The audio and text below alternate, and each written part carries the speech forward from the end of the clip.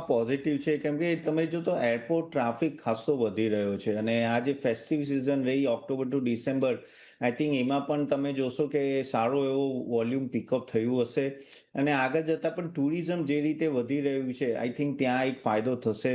તમે જો તો અહીંયાથી પણ સિંગલ ડિજિટ ટ્રાફિક ગ્રોથ થઈ શકે એમ છે.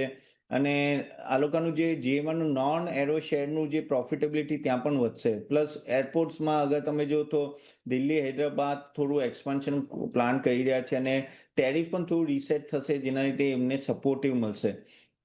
આજકાલ આઈ થિંક એર ટ્રાફિકનું પણ વોલ્યુમ ધીરે ધીરે આવતા વર્ષોમાં પણ ઘણા એવું વધશે. So yes I am quite positive. અને આપણને ખબર છે કે અદાની પોર્ટ્સ અને જીએમઆર પોર્ટ સોરી અદાની એરપોર્ટ્સનું અને જીએમઆરનું જ આઈ થિંક દબદબો છે અને આઈ થિંક ઘણી બધી સિટીઝમાં એ લોકો એક્સપાન્ડ કરી રહ્યા છે.